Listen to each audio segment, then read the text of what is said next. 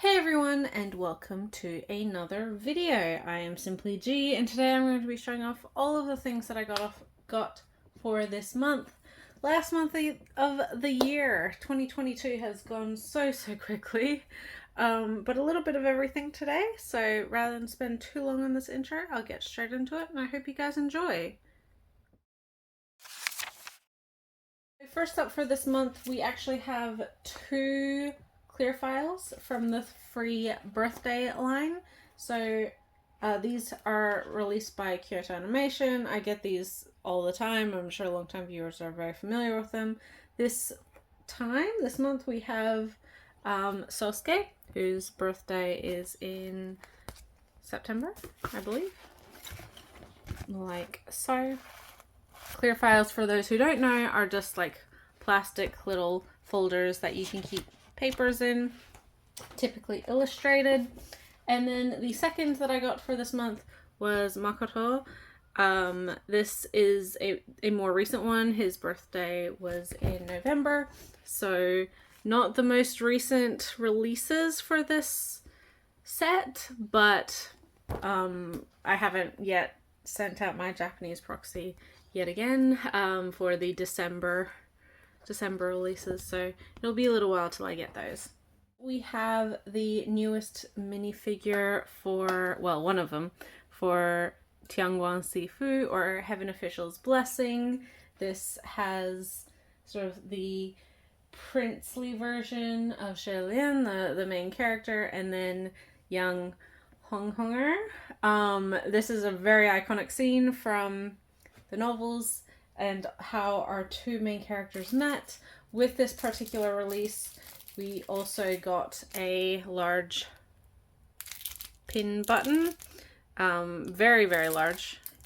You can see the size in comparison, as well as a acrylic stand, which is quite normal for these kind of minifigures.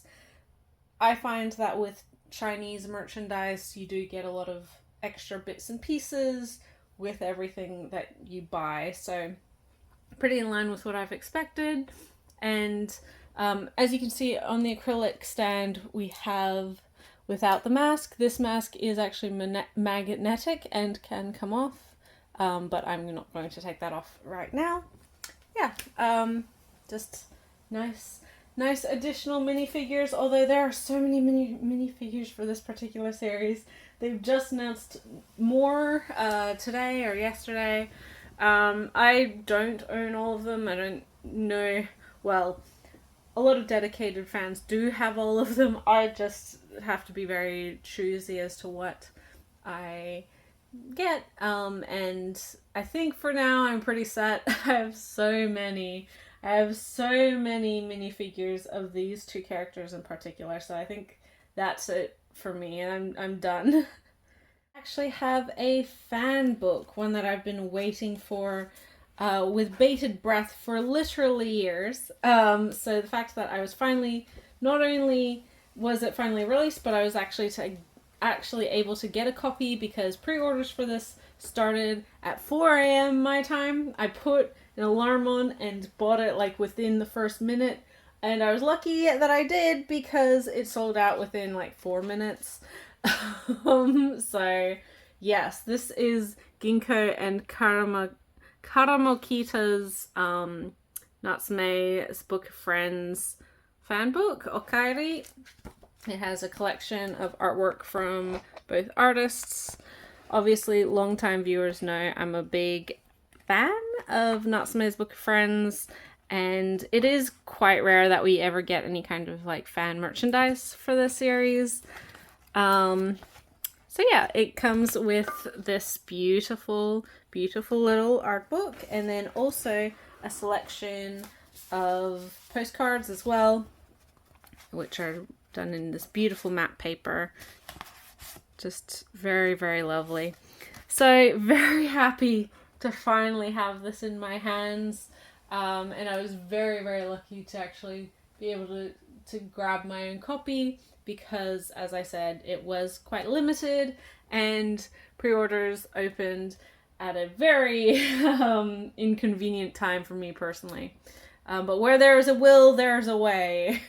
We have some anime that I got for this month. The first one is a limited edition release from the UK, one that I pre-ordered, and it finally came out this month. This month. And that is Violet Evergarden, the movie. I will just adjust this. Sorry.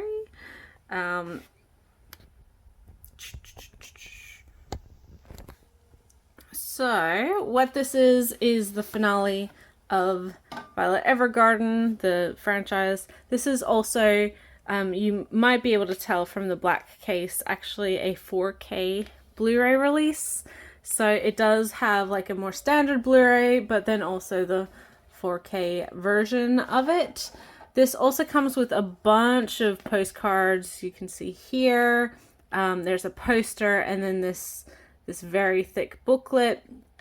I feel like there's also some. There's a letter as well, which is very important to the actual film itself. A very large poster, which is the key art for this film. I've already seen this movie. It was in cinemas here for a short period. So my sister and I went to go see it. And it's very good. It's a good end cap to this larger franchise, and was in keeping with kind of the themes, and just built on Violet's personal growth that she had over the course of the series and OVAs and things. This is certainly a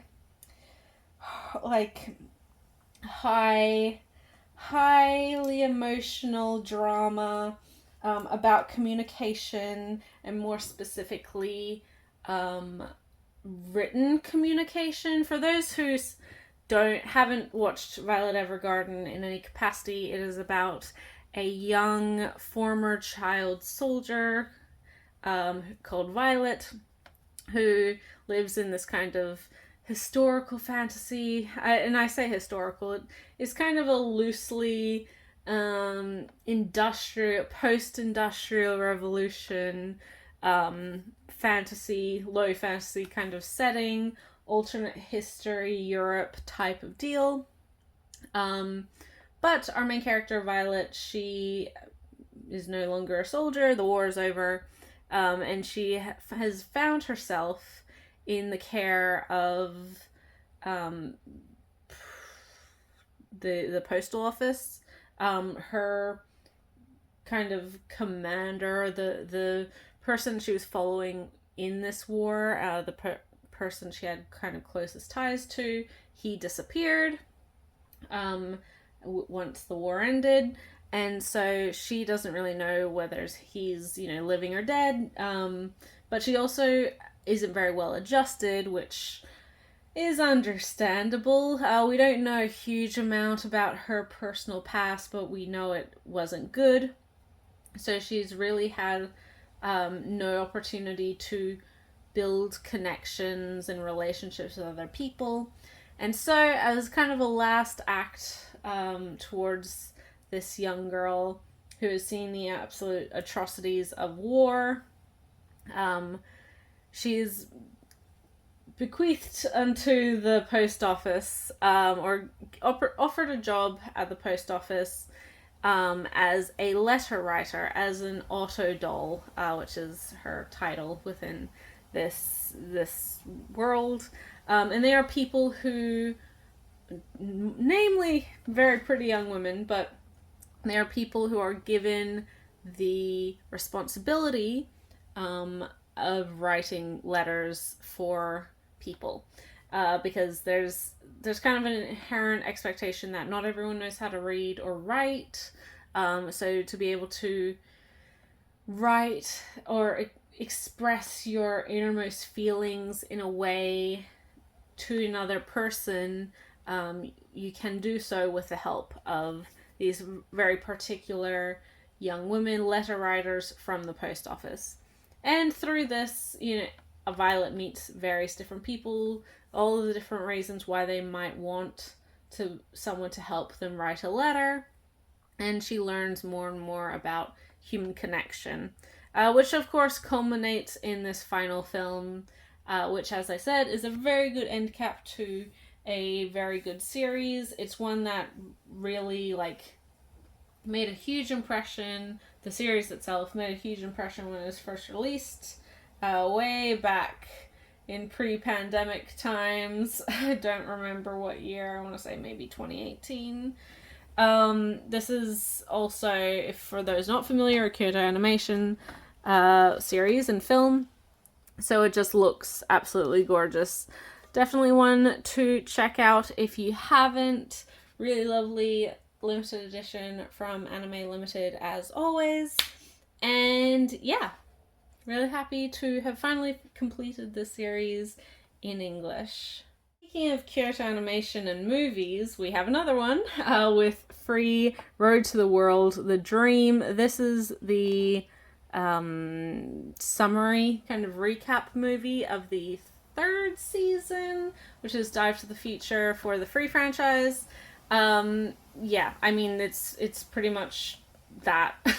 It's a retelling or a recap, reimagining of the third season in the lead up to the final films, which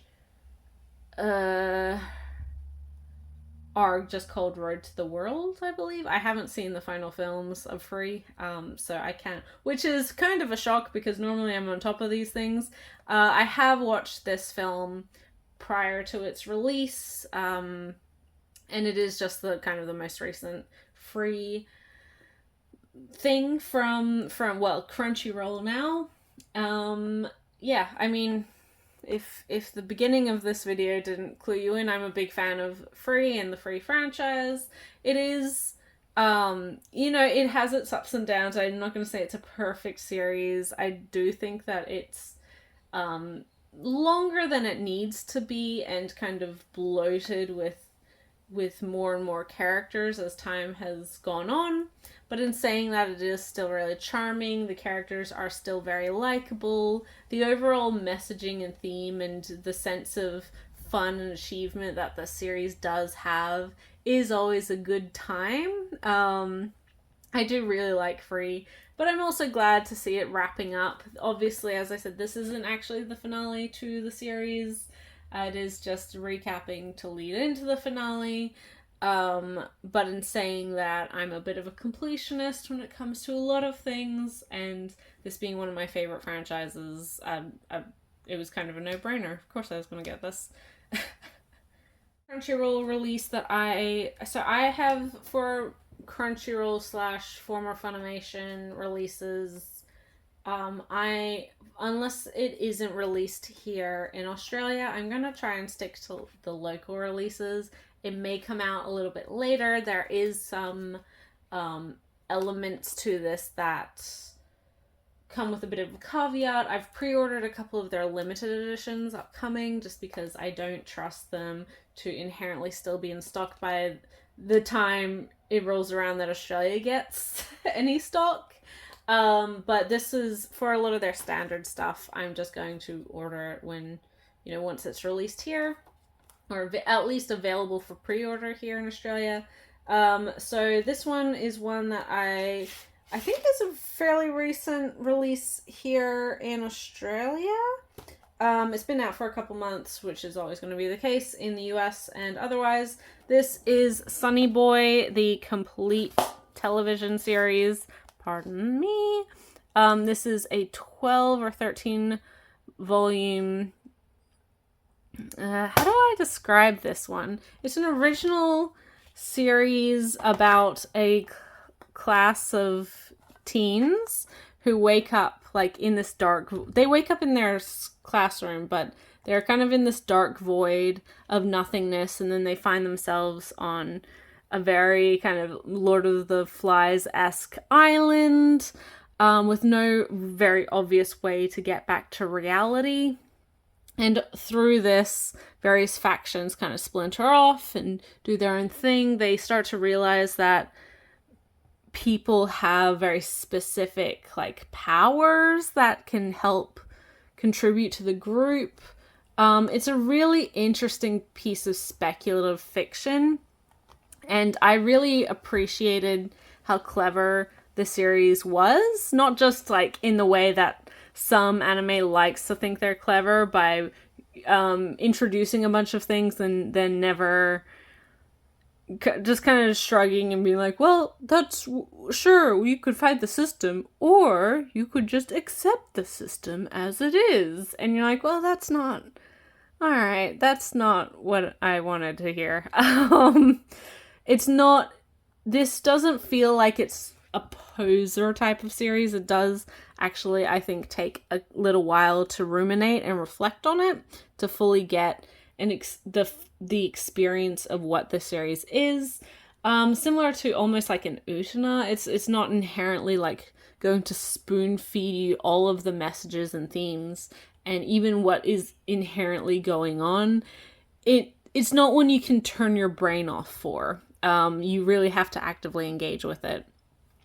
So yeah, if that's something that you like from your anime, if that's something you're looking for in your anime or just kind of in your entertainment in general, I do recommend Sunny Boy, especially if you do like this weird kind of speculative type of amalgamation of sci-fi. And it reminds me also of Beautiful Dreamer, the Urusei Yatsura film, kind of in that we're stuck in a parallel dimension, tropical island style of that, just that section of that. But it does kind of remind me of that film overall. There's a lot going on here, and I think it's well worth the watch. It's not going to be everyone's cup of tea, and I understand that, like, it doesn't inherently have to be everyone's cup of tea, but I do think it is worth watching if it sounds like something you might be interested in. On to the manga. Only one debut for this month, or at least that I've gotten so far. I know that due to the holiday season and, end of year, my comic store isn't quite up to date with, putting together all of their online orders. So I'll probably be waiting for a lot, or I won't receive a lot of my December books until the next couple weeks. In saying that, though, they are still really good, and I'm always happy whenever I get stuff from them. And it kind of meant that this month wasn't super overwhelming for my reading, which is good. And because of that, I've read most the manga. Not the novels, but there's a lot of those. But the first and only debut for this month is Yakuza Fiance, Reis wa Tanin Gai by Asuka Konishi. This is the story of two teenagers. Our main character is the granddaughter to a pretty prominent Yakuza member, boss. But she really hates the fact that she is like from a Yakuza family. She just wants to be normal. She's been bullied her whole life because of her family connections. And kind of surprisingly, one day her grandpa just tells her, like, oh, we've organized an engagement for you. You're going to get married to this, the grandson of this rival Yakuza group that we've been at odds with for most of our existence. If you two get together, then like it'll, foster this level of like, oh, maybe we can get along. So she's not that keen on the idea, but decides to go, like, just meet this guy and kind of figure out what's going on. And she also kind of assumes that he will be like her in that he's not interested in being Yakuza. He kind of hates it. He's just a normal dude. And when she meets him, he's very handsome, very well put together, seems really lovely. In saying that, there's something off. Like he's acting a little too perfect of a gentleman, especially for an 18-year-old boy. And so she just kind of gets stuck in this in this relationship with this guy, where he's not really inherently doing anything wrong, but she's not super keen on like continuing this relationship. Anyway, at some point, his facade of being like a normal, kind, outgoing guy slips, and she realizes, oh no, he's not just like a normal dude. He is absolutely twisted and also very keen and happy to be in the Yakuza. Um, but he slips in that he tells her like she's just extremely boring. He wanted someone a lot more high maintenance to like treat him like dirt, and the fact that she has been just very normal and lovely this whole time, he just can't stand it anymore.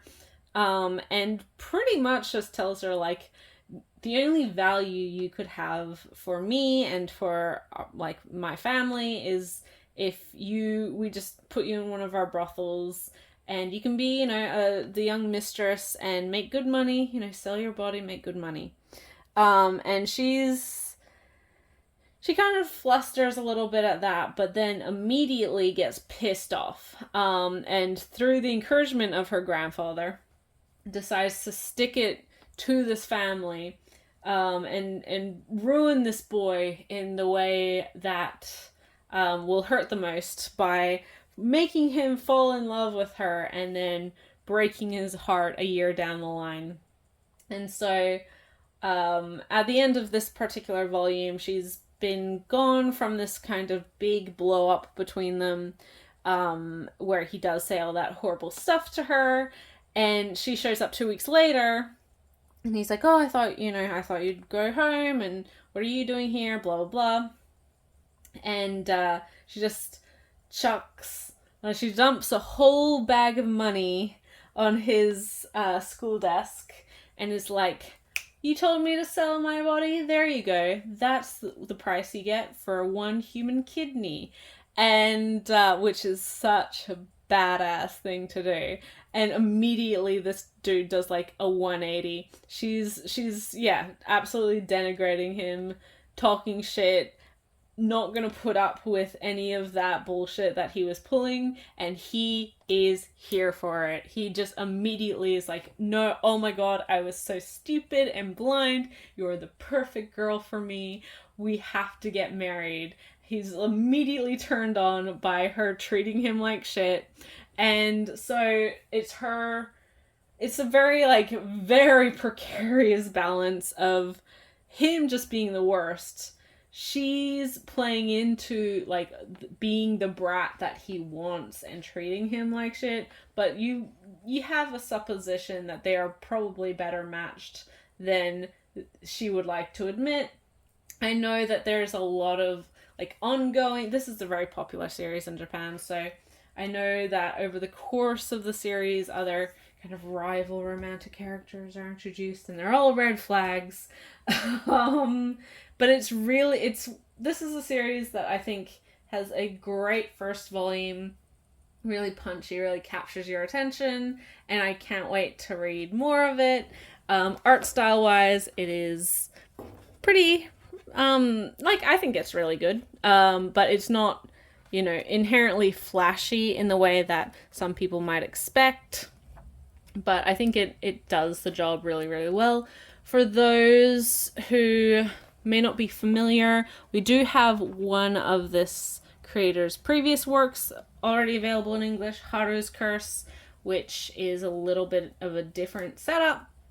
But if you liked that, I'm sure you will like this one, and I'm sure with the popularity or success of that single release, omnibus release here in English, it did kind of show that there is an interest in this series, despite I don't think people have been, quiet about it, but it is really nice to see a more, I guess, risky romance series being released. So yeah, wonderful series from Seven Seas, and I look forward to more. I have one single volume or complete volume here as well. So this is Our Torsos Align by Ryo Sumiyoshi, who is kind of like the more general quote unquote name for the same creator as who also does Matic, which is a very, very, very dark, problematic quote unquote BL series, which I love and I adore. But this is a collection of short stories about various different human monster relationships, couples. Whereas Matic is first a BL, but secondly very focused on demons. This one has more of a variety of monsters. This front main character is he's a bird creature thing from somewhere in the Amazon, I want to say. On the back, we also have this angel character, which is also a different a different short story in this. We have homunculi, we have mermaids, and I really like I really like this creator's creativity with these monsters. If Nagabe is Nagabe and Paku, what's her name? The Beastars are the two series, or the series and creator who is pushing the furry agenda. Ryo Sumiyoshi is absolutely pushing the monster fucker agenda. And this is no different. It's not explicit at all, so it toes the line. It gets very, very sensual, but it's not explicit. And I really think that there's a level of creativity. If you're someone who just really likes cool monster designs and weird shit, then absolutely. And if you like that in your romance, then absolutely check this one out. It reminds me a lot of Nagabe's Love on the Other Side, or Love from the Other Side, which is also kind of like a human monster romance short story collection. Very similar vibes. Yeah. What more can I say? It's a lovely 2-in-1 omnibus from Seven Seas, and really high quality. Really, really a lot of heft to it. Yeah, check it out. Next, for finales, series that finished this month, we have not one but 2 volumes of Blackguard by Ryo Hanada. This is volumes 4 and 5. This is a now completed 5-volume series by Kodansha, by the creator of Devil's Line. This is a dystopic sci-fi about our main character who doesn't really have any interest in self-preservation. He's totally disinterested with life. He's part of this kind of security guard or military guard in this far-flung future, in a world where this horrible, horrible virus has spread amongst human population, turning humans into these monkey-like monsters called shoujo, and then they kind of spread the disease under zombie rules. If you get bitten, you are going to be turned into a shoujo. So our main character, Minami, he suffers, in the beginning, he is called Blackguard. That is his nickname amongst his peers, because he has black hair with a white streak. He wears a black hood when he's fighting. He's a very edgelord sort of stuff, and he fights with a katana instead of guns. And he suffers from what is called Morbius C, which is pretty much just like suicidal thoughts, suicidal tendencies. He's not actively trying to kill himself, but he doesn't care if kind of in a way he is, but it's presented as like he doesn't actively attempt suicide. but he's certainly not doing anything for self-preservation, which is why he wears all black, because he wants to be seen. There's this whole setup to that. There, contextually, it makes sense. It's still edgy as hell, but it does mean to make sense in this particular setting. But because Minami is so good at his job, the higher ups are like, well, we can't allow you to like keep going how you're going. You are a really like valuable soldier. We need you to not die, so we're gonna partner you up with another fantastic guard within this military or security force, who is this character here, Chris Miyagi, who's a couple years younger, who's a lot more of kind of like a firecracker personality. He's very, very self-assured, very good at what he does, and has this absolute like he is almost the complete opposite of Minami in that he doesn't want to die under any circumstance. He couldn't even imagine wanting to die. And throughout the course of the series, their relationship changes and grows and develops in lots of very interesting ways. I talked at length about this well, not at length, but I talked about this in the most recent Read Right to Left podcast. This was one of my picks for 2022. And there might be a little bit of recency bias with that, but I do really love how Ryo Hanada writes characters. Although I think this is an imperfect story, although I think the ideas that all of the ideas or a number of the ideas introduced in this kind of dystopia sci-fi are much grander than what could have ever been explored in 5 volumes, and I do think that the series was kind of rushed towards an ending. I don't inherently think that that makes this a bad series, and I do think that amidst all of that, the character writing and the actual themes of life and love and, you know, human connection and finding, you know, building relationships, which is also a lot of like very similar themes from Hanada's previous works, Devil's Line, is just distilled very, very well in this series. I'm a big fan of this creator. Obviously, I own everything that they've ever put out in English, which is this Devil's Line and a Dojin release. So we not a huge amount from this creator, but I'm hoping we get the Devil's Line sequel because I want it so bad.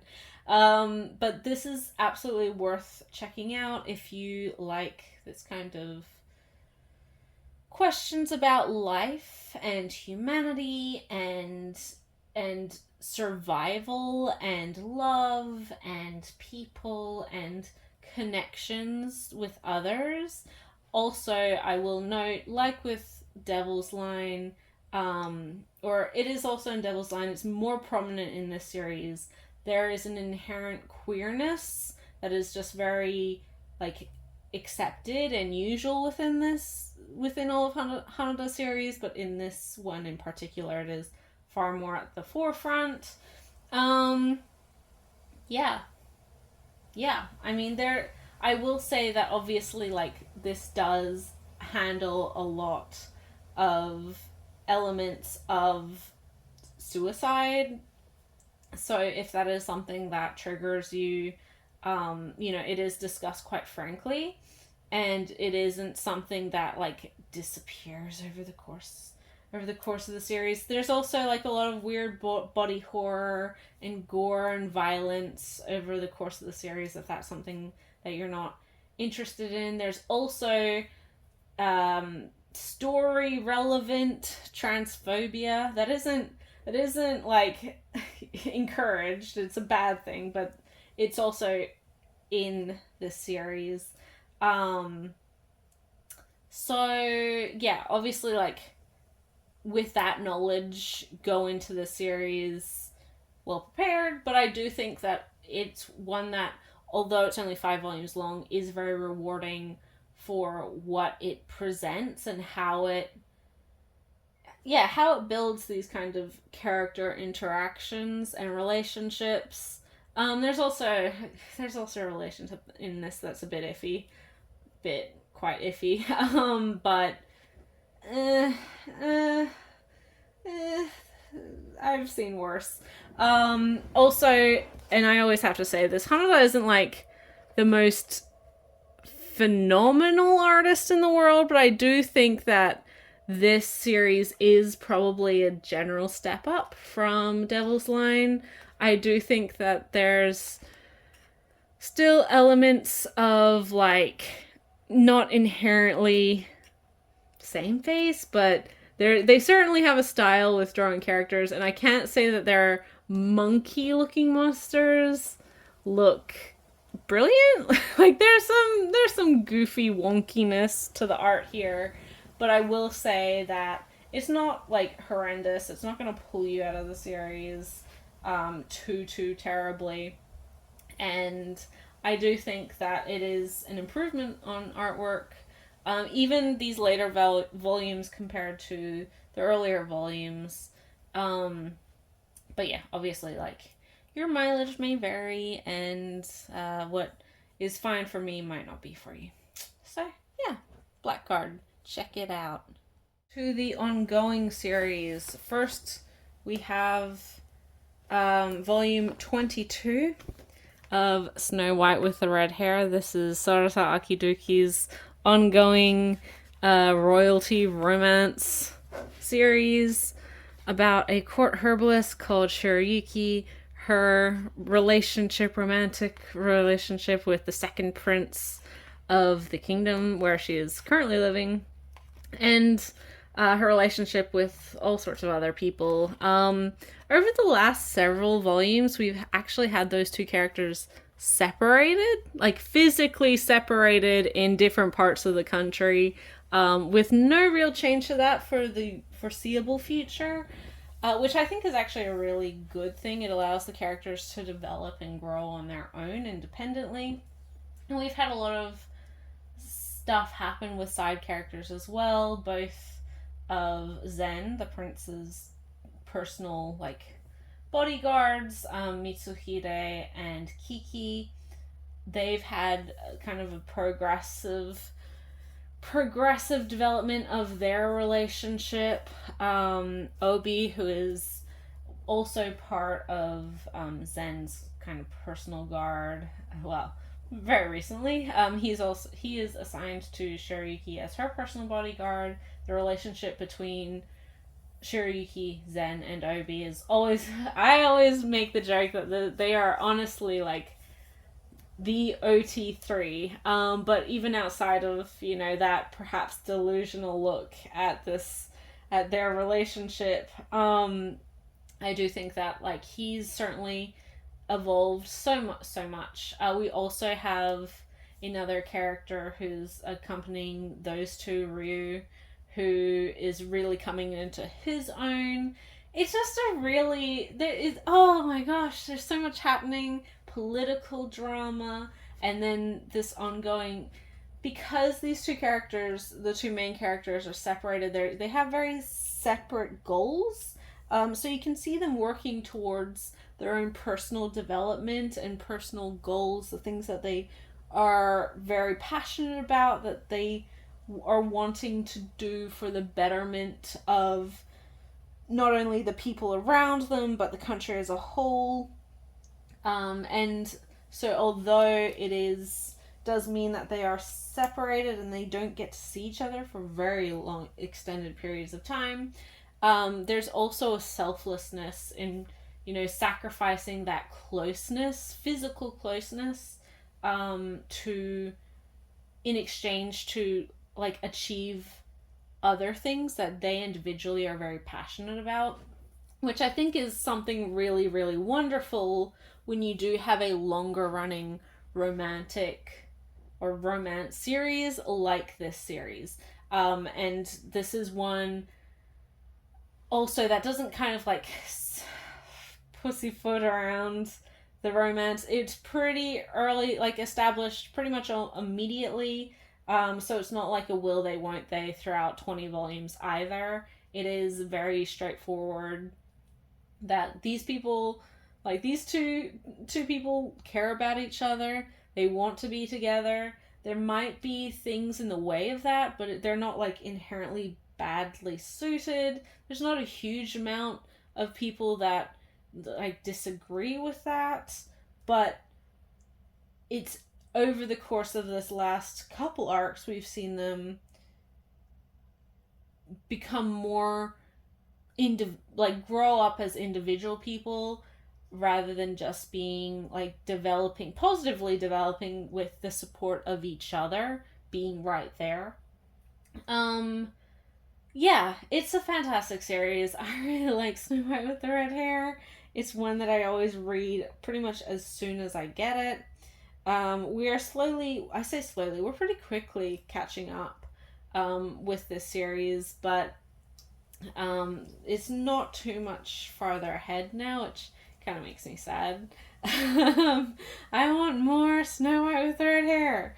But yeah, be sure to check it out if you are wanting kind of a um, longer series that does have this kind of mix of political aspect as well as the romance.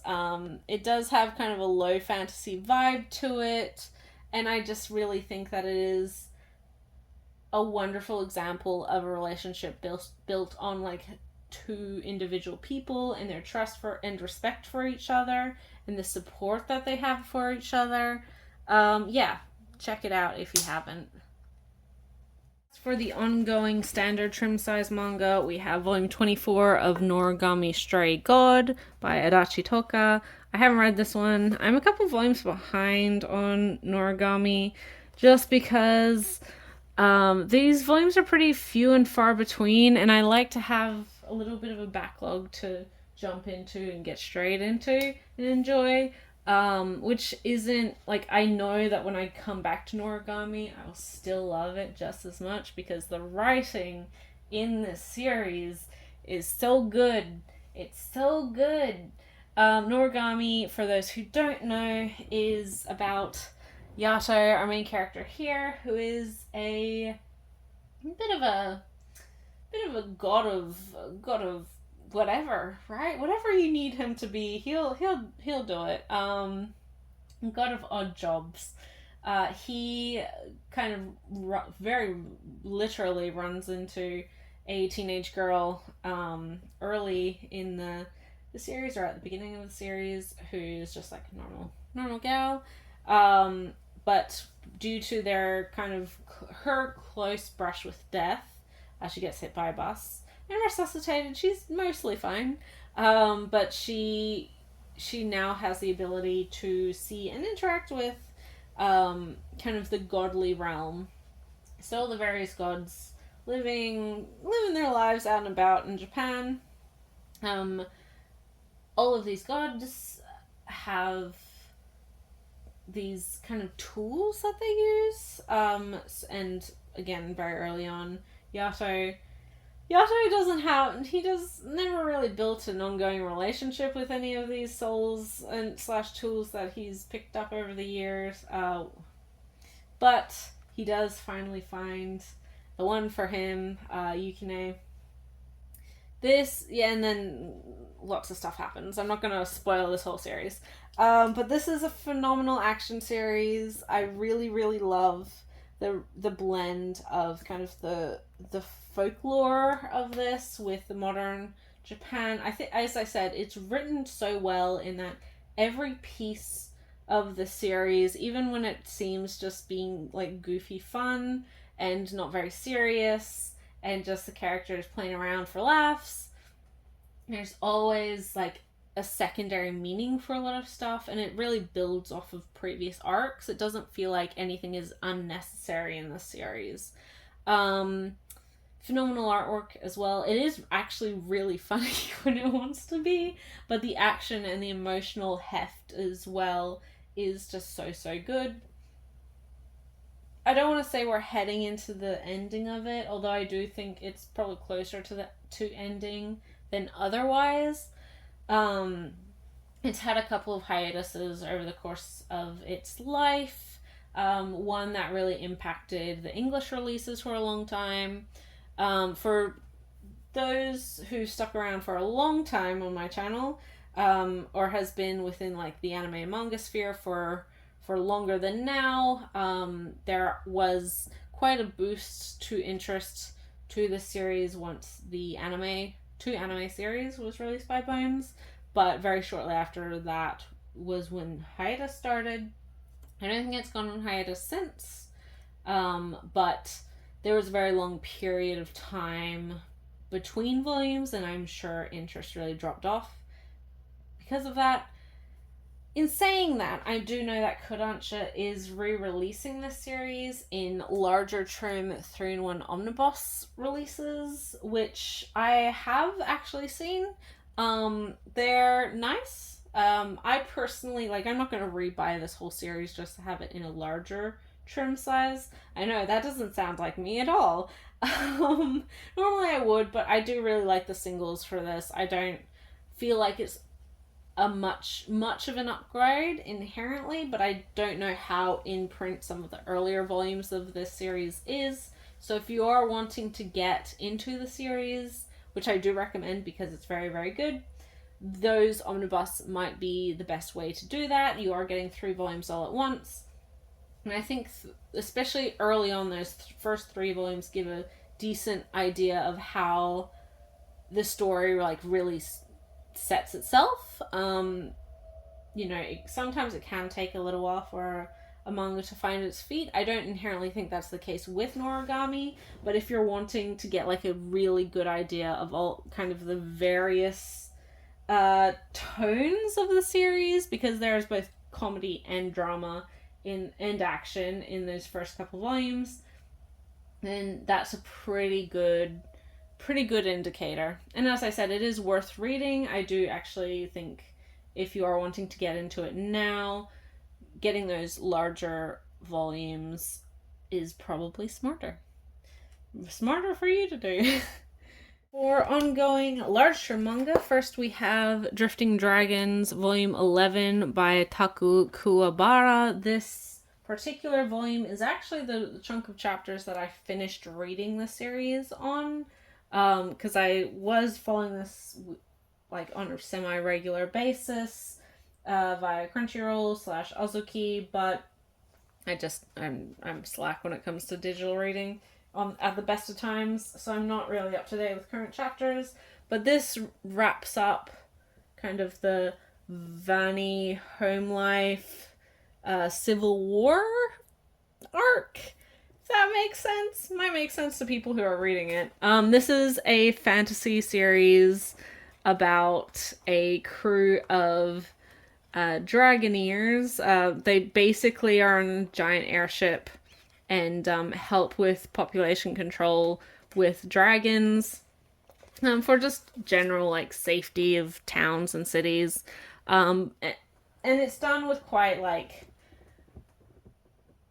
respect to the hunted animal, kind of how you see in Golden Kamui. This idea of using so this is like a fantasy action series, but also a food manga in the way that like Delicious in Dungeon is. Whereas in this, when they do kill a dragon, they then usually make some kind of food out of it or parts of it. So again, that idea of nothing going to waste. If you have to take a life, then make that life, make that death meaningful in a way. Oh my gosh, that was so loud. So yes, I've said it before, this isn't going to be a series for everyone. I think there are some kind of uncomfortable parallels to how this dragoneering industry is depicted and its similarities to whaling, historical whaling, I should say, but obviously whaling is still such a huge issue in Japan specifically. So the fact that this is a Japanese manga and the kind of positive portrayal of this, I can understand why people might not want to read this. But again, I will say that this is more in line with something like Golden Kamui and Delicious in Dungeon than just be like, heh, isn't it cool that we kill animals? So yeah, obviously again, your mileage may vary, and that's not to say that like you're wrong for not wanting to read this. But if you are wanting I do actually think a really fun fantasy food manga, different to Delicious in Dungeon. That one's much more of a dungeon crawler, but kind of similar vibes. It is legitimately almost like if Golden Kamui and Delicious in Dungeon like crossed over. It sits very firmly in the middle of those two things. If you are looking for something in kind of that vein, then I do think this is one worth checking out. Another volume 11 for the large trim size manga, and that is Blue Period volume 11 by Tsubasa Yamaguchi. I mean, what to say about this series that I haven't already said before? This is an absolute celebration of art and artistry and passion and discovery and just creation, the creative process in all of its forms. Absolutely worth reading. If you haven't started this or watched the anime, I highly recommend it, especially if you're a creative, even if you're not a artist in the traditional sense, whether you're a musician or a writer or really anything that takes any kind of considerable skill, which is most things, let's be honest. This is just a phenomenal series. I encourage you to check it out if you haven't. It is really, really good. Multi-award winning in Japan, extremely popular, and well worth your time. So check it out. The BL, we have a one and done, I guess, kind of. Technically volume 6, technically an omnibus collection of this part of the story. This is Classmates Blanc, which is a 2-volume omnibus, I believe, following our main characters and kind of the really a down period in their relationship where they've both become a little bit stagnant in the relationship that they had since they were in high school, and because of that they've taken a lot of things for granted. There's a little bit of miscommunication, but of course it all works out in the end.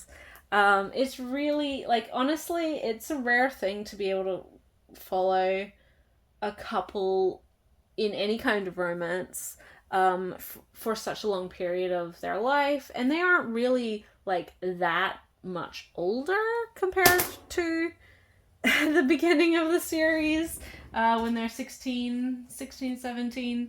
Now they're 20, 18, 20. So yeah, it's not been that many years, but the amount of change and growth that has happened over the course of their lives and their very different goals and different achievements is just really, really lovely to see. And yeah, I'm so glad that we're getting this series from Seven Seas, and I encourage you to read it if you are a BL fan. And ongoing also is volume 5 of Seaside Stranger by Ki Kana. This is also a volume that deals with kind of relationship stagnation with our main couple. They've been so caught up in their individual lives that their personal relationship hasn't really had much of a chance to shine over the course of, in the last couple months. We've had a 5-year time skip between this and the last volume. So our little brother character is now a pain in the ass teenager. Because of that, he is now also a pain in the ass rebellious teenager. He's really acting out a lot just due to his personal feelings about the relationship that his older brother and the girl that he is in love with, who used to be his brother's fiance. And so he's just a teenage boy just going through life, and it's hard sometimes being a teenager, and that kind of exacerbates itself in not a very nice way. He's quite hostile. He's also quite, there's a little bit of homophobic language, which again, 13-year-old boy isn't inherently like, you know, I don't think it's necessarily meant that way for this kid. Like, I don't think he actually hates gay people. I think he's just frustrated about his brother's relationship and his brother's past relationship with this girl, most notably. And so it causes him to act out in a really hurtful way. But being older and like understanding teenagers are dumb, our actual couple doesn't, they're not hurt or like upset over it. They're just like, kid, just grow up. Honestly, let us take a breath.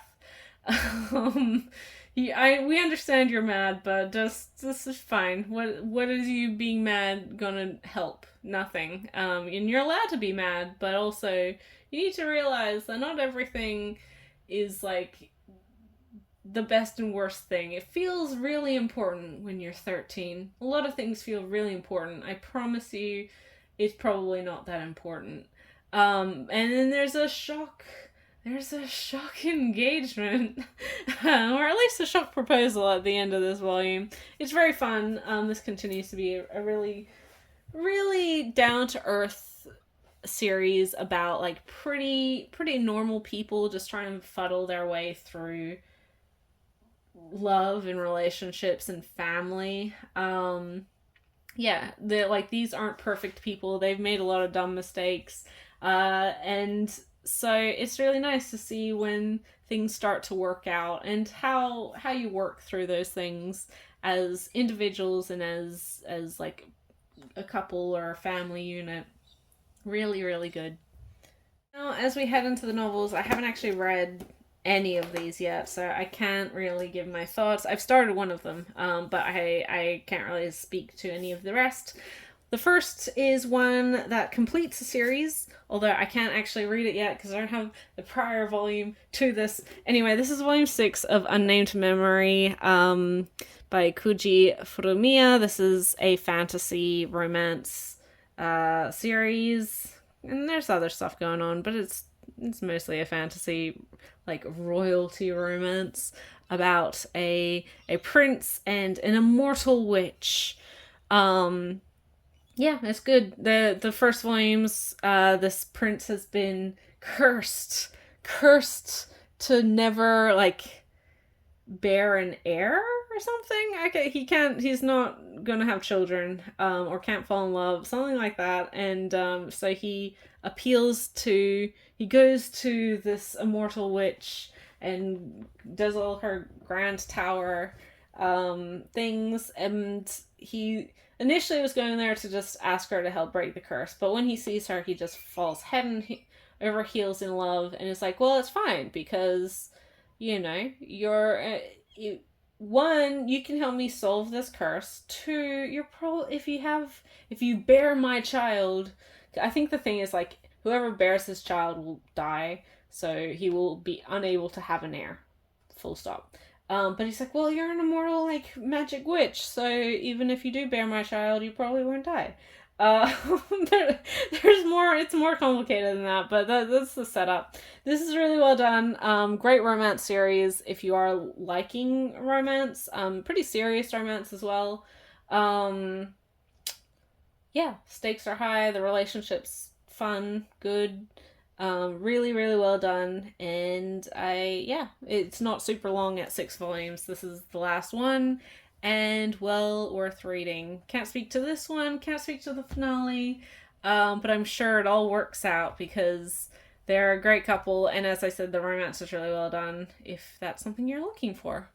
We have the second volume of a newer series that I just started a couple months ago. I absolutely devoured the first volume. So this is volume 2 of Though I Am an Inept Villainess, Tale of the Butterfly Rat Body Swap in the Maiden Court by Satsuki Nakamura with illustrations by Kana Yuki.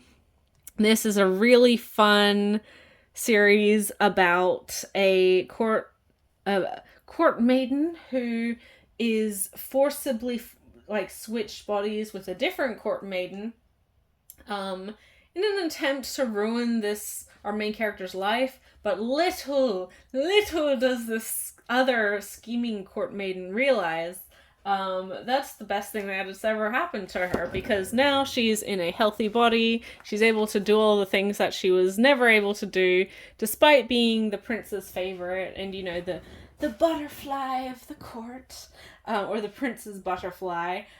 She now that she's in this, you know, the sewer rat of the maiden's court's body, she is much more hardy and healthy and has a lot more freedom.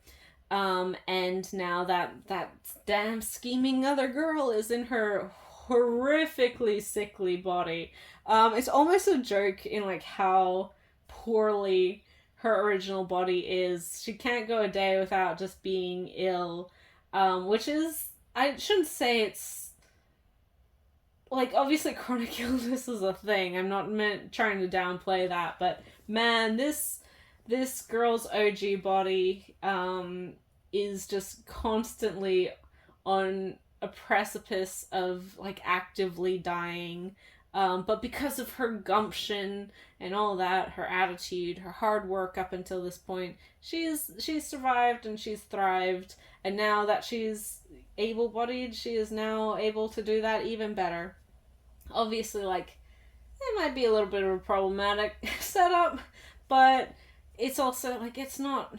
I don't think you should take it that seriously. It's not a grand, you know, declaration on able-bodiedness or ability and disability and any of that. I think it's just meant to be a silly body swap, kind of almost Freaky Friday-esque setup, and I think it's just fun to see this character do a whole bunch of, in the same way that like any of these villainess characters get to do. They're just living their best lives, having fun and trying not to hurt people around them, and then inadvertently making all these different people fall in love with them. It's a good time. It's a good time, and it is worth checking out if you haven't. Next, we have the second volume, and last for the light novels, we have the second volume of The Case Files of Jeweler Richard by Nanako Sujimura, illustrations by Udako Yukihiro. This is another airship release, so from Seven Seas. The previous volume was as well. This is, and I think the series is ongoing. It might be completed. I don't know. It's a slow release if it is ongoing. But this is a series about a university student called Seiji, this guy here, who helps out a beautiful foreigner called Richard, who is this guy here, who then offers Seiji a opportunity to work at his newly opened jewelry store, jewelry office. And this is a very episodic series. Pretty much every chapter someone brings in a piece of jewelry or a particular jewel, and then there's a larger story behind it, obviously, and then there's other stuff going on as well, which is the development of Seiji and Richard's relationship. This is the slowest burn kind of romance that you can get, but it is pretty unequivocally like quite gay. This does also have an anime and a manga also available in English, for those interested. This is one of those series that, like, depending on who you talk to, and like also the state of discourse and fandoms, it's so hard to know what people want or like. But inherently, this series does a lot of really good things right, but I can see people like complaining that it's very like queer baity. It's a very slow burn for the relationship, and it's not. From what I've heard, it doesn't like outright come out and say like these two are definitely in gay love together. They don't say it in as much words, but like it is that. It is that. Um, and it doesn't hide that either. Like it's pretty obvious, but there's never like a I love you. Like we need to be in romance together. So if you're not cool, like if that means you're not interested, then that's fine. But I do think it's, if you're wanting kind of a slower, just a slow romance anyway, like of any kind, I do think this one's one to jump on. It does have, again, from what I know from like pre-existing fans of the series, I've seen the anime, which only adapts like a certain amount of the novels. But from the people that I follow that have read this series in Japanese, who are much more up to date, there is elements of, and it's pretty obvious even in the first volume, that there are elements of like various types of abuse and backgrounds. So again, be aware of that. Might not be your cup of tea, and that's a-okay. But yeah, this is one that I really enjoyed the anime for. I haven't read the manga. I knew that I was probably going to get the novels if they were ever released, and they have been, so I've been getting those. Very, very good series, and yeah, check it out. We have a complete danmei series. This is Silent Hearts, volumes 1 and 2 by Jing Shui Bian. I think. Don't quote me on that. But this is from Violacti. This is their first English print release. I pre-ordered it way back. They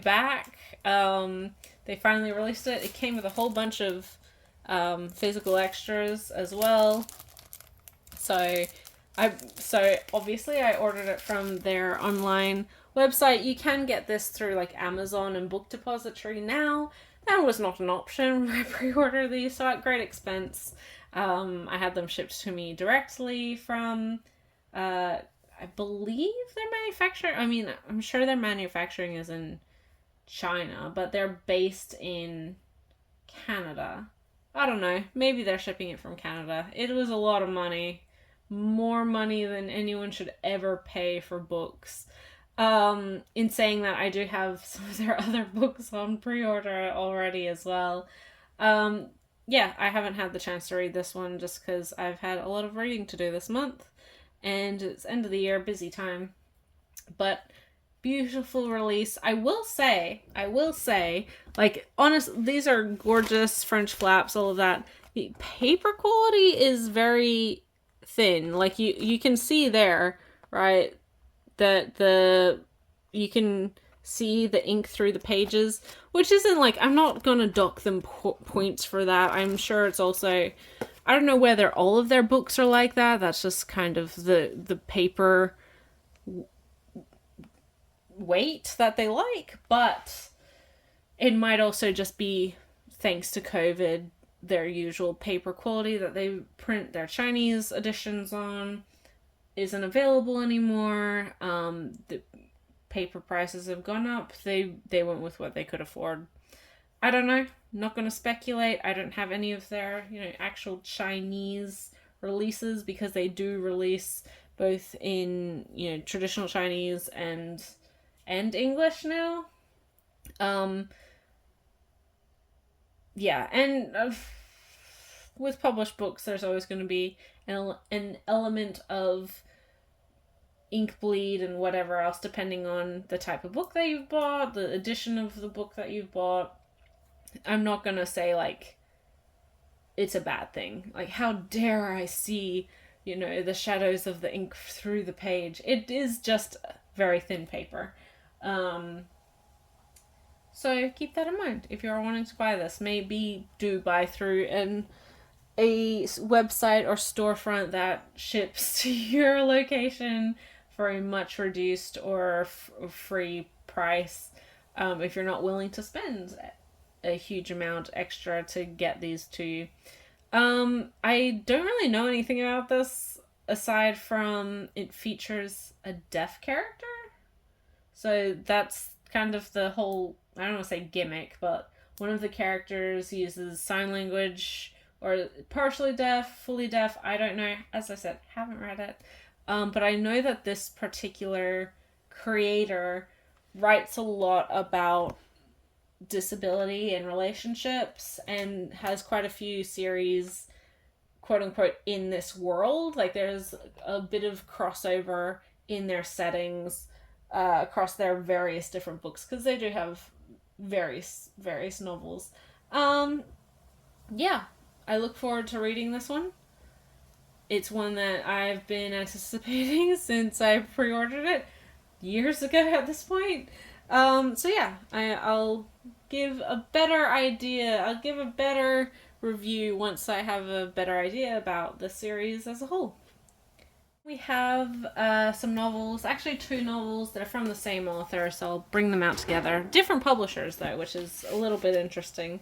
So we have, first off, we have Foxtails, which is a short story collection. This is from Yen On. And then we have the long-awaited release of Tatami Galaxy. This is by, or released by Harper Via, both by Tomihiko Morimi. I will say that there's actually no boycott on HarperCollins books, although their editorial staff is, or was, on strike, kind of, or protesting for better union right, or what, for union rights, pretty much. A whole slew of different things. But I do know that there has not been a call to action to actually boycott any books. That doesn't help. I think it was more so boycott on, like, Goodreads reviews and things. I don't know. I don't use Goodreads. All I know is that the people who work very hard in publishers are not being treated right, kind of across the board and within the industry as a whole. It's not an inherently manga related issue, although we did see Seven Seas unionized this year. It's not inherently like a light novel issue or like a YA issue or anything like that. It's just a publishing issue. It's a very exploitative industry, which is why I didn't go into it, despite having a degree that would possibly allow me to go into it. Anyway, that's neither here nor there. Both of these are by Tomihiko Morimi. Probably most of you watching, at least, are familiar with the Tatami Galaxy. That does have a anime adaptation. It also has a sequel, which I think is on Disney. I don't know. I haven't watched it. I don't know if it's even come out. They have announced it. I don't know if it's been released. I don't know if it's streaming anywhere, but there is a sequel to this novel. Foxtails is a short story collection, as I said, but like Tatami Galaxy, like a lot of Morimi's books, is set in Kyoto, features kind of a, I don't want to say horrible, because his protagonists aren't horrible, but they're a bit pathetic. They're typically just like, pathetic university student dudes who live in Kyoto and don't really have much of anything going on. And then they get drawn into whatever the story may take them. In the Tatami Galaxy, it is taken. He gets involved in parallel worlds or timelines, and the what if scenarios of all the decisions he could have made throughout his university career. Foxtail is a bit more of a collection of like creepy ghost stories, which is always fun and good. I will say, I mean, again, Morimi, I think, is a little bit of an acquired taste. I do really enjoy his stuff. Um, his debut work, Tower of the Sun, is very divisive, for good reason. But I think that's kind of where this footprint of like pain in the ass protagonist who feels very, I don't want to say they're incelly, but they're not as hateful as incels, but they certainly verge on that kind of attitude. They're typically like, overall they're normally like all right guys. They don't mean any harm and they don't do anything bad, and they actually come good for most of the part. Um, they're normally just finding a way to avoid dealing with their emotions, and then have to confront their emotions. They hide their insecurities behind a veneer of indifference, which is very, very common for teenage and young men, teenage boys and young men, and some men who should be far past that stage, as well. Let's be quite honest here. But yeah, so although his protagonists, I think overall, yeah, when you first read them, and especially if you're not used to Morimi's writing and his characters, you're like, oh my god, this freaking guy. But I think it becomes very clear the kind of type of character that he likes writing about. One that is a lot more emotionally vulnerable than he'd like to admit. Anyway, in saying that, I haven't actually read the Tatami Galaxy. I've seen the show many years ago. It's fantastic, and I highly recommend that. I'm so glad we have gotten this release. I will say I'm a little bit like, I'm not upset, but I'm like, it would have been nice if it was in the same trim size as all of the other Morimi titles that have been released in English, because Yenon has put most of them out so far in this smaller trim size. But I'm not gonna complain. Foxtail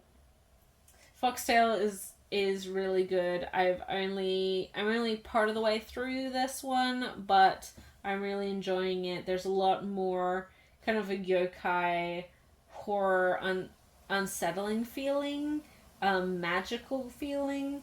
It's really, really good. And the other like main character of Morimi's series, is the actual city of Kyoto itself. So a lot of the time, although there's this like dude, there's a bit of this hapless dude happening, there's also just like the history and the beauty and just the quirkiness of Kyoto as a city itself, and that really plays into like being the old capital and having all of this mishmash of like old Japan with the modern or like current day. And because of that kind of variation, the very real possibility that the weird and magical, mystical may be amongst us. It's something we see a little bit more.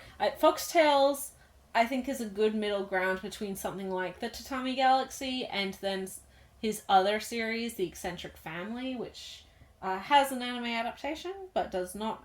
We haven't gotten the novels in English, which is a great shame because I would absolutely adore having those. And I really hope that we do get those at some point. Yeah. If you're a Morimi fan, then you probably already own these. You hopefully would have read them. If you're not inherently a Morimi fan, I do encourage you or if you're not like a fan of him but you do like the Tatami Galaxy, it is really cool that we've gotten the novel released so far, and I think it's worth checking out some of his other works, especially The Night is Short Walk On Girl, which is kind of set in the same universe as the Tatami Galaxy, and Penguin Highway is a fun time. Uh, I'm not going to recommend Tower of the Sun. That is a bit rough to get through. And if you do like, you know, kind of creepy campfire type stories, then check out Foxtails. It's very, very good. Those are all the things that I got for December 2022. Not quite 2023 yet. But we are bringing in a new year very, very soon, at least here where I am. And with that, of course, will come new releases, old releases. I'm sure plenty of change. Thank you all for sticking with me again this year. For all of those old subscribers. For new subscribers, welcome. I don't think I get that much channel growth these days. But I do always really appreciate everyone who, you know, sits down and enjoys and sticks around for my extremely long videos. Yeah, let me know what you got this month, whether there's any new releases in coming months that you're looking forward to this coming year. Hopefully things continue to improve on the kind of global scale. There's so many things going on right now, obviously. And look after yourself, stay happy, stay healthy as much as you can. Happy New Year to everyone, and I will see you in the next video. Bye till then.